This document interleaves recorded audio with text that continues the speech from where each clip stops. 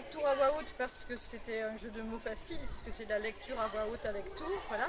Et la lecture à voix haute parce que c'est une pratique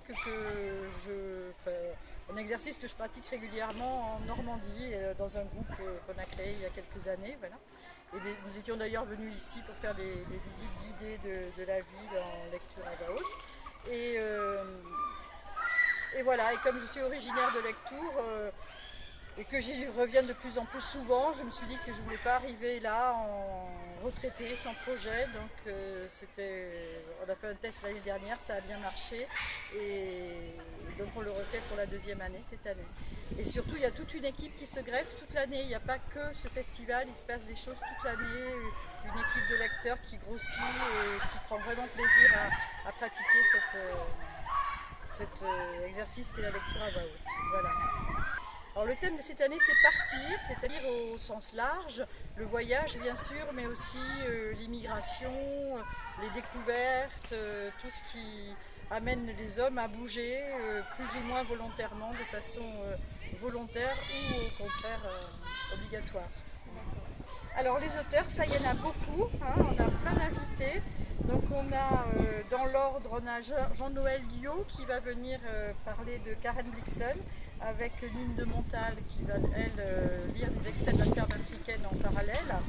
On a Gaël Josse qui va venir lire des extraits de son livre en le partageant avec un bénévole de l'association. Sur son livre, c'est Le dernier gardien d'Ellis Island. Ellis Island étant le lieu de New York où on accueillait les immigrés européens au 19e et au début du 20e siècle. Ensuite, Anouar Ben Malek qui viendra lui lire des extraits, pareil avec des bénévoles également de l'association, des extraits de son livre Le fils de Sheol.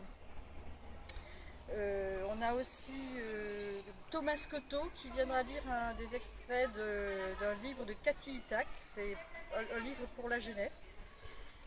Jean-Marie Blas de Robles qui le soir du samedi lira des extraits de son dernier livre L'île du Point Nemo, avec un univers un peu proche de Jules Verne, comme ça, des aventures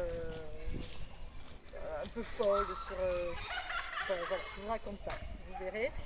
Le lendemain, le dimanche, aura lieu une balade philo toute la matinée qui finira par un pique-nique ici.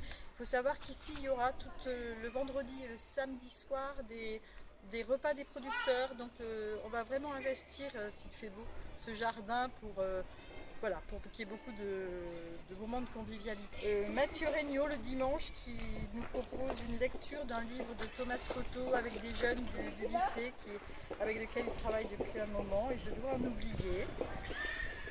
Et le lundi au cinéma, la projection du film Méditerranéa que nous a choisi Ciné 32, qui est donc un film sur l'immigration africaine.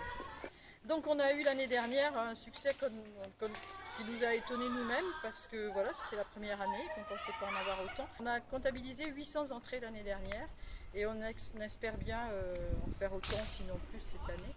En tout cas, il descend beaucoup de Normands, c'est certain. On a aussi des gens de l'Ariège qui se sont inscrits, qui l'ont appris, je ne sais pas quel canal, mais qui se sont inscrits pour la masterclass avec Jacques Develay. Donc effectivement, on commence à avoir un petit impact régional et même plus loin, parce qu'on a des Normands qui descendent. Voilà.